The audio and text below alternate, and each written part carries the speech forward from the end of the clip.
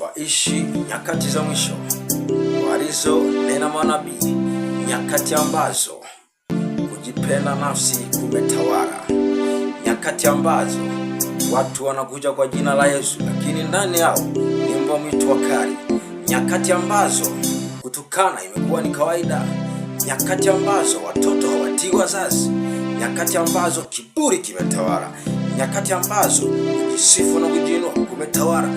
Hakuna hofu ya Mungu ndani ya maisha ya watu, nyakati ambazo watu wanapenda anasa katika starehe hapa na pale, iwe ni pombe, uzinzi na uasherati vimetawala. Katika nyakati hizi ni za mwisho, watu wanapenda pesa kuliko kumpenda Mungu wao, watu wanapenda anasa kuliko kumpenda Mungu.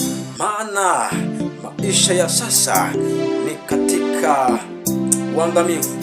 Lakini nikwambie, dunia inalewa, dunia inawaya, haipo stable. Muda sio mrefu dunia itaanguka. Rafiki, ni dalili na nyakati za mwisho. Unapoona haya, watu wanapokosa hofu ya Mungu, ujue Yesu yu mlangoni. Muda si mrefu yuaja. Jiandae kumlaki Yesu mawinguni. Katika zama hizi usihofu wala usiogope.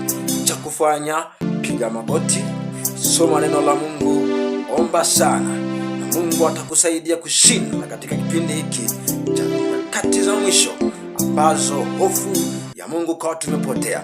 Lakini wewe utakapofanya hivyo na kumtafuta Mungu kwa muda huu, kwa nyakati hizi mbaya, Mungu ameahidi taji atakapo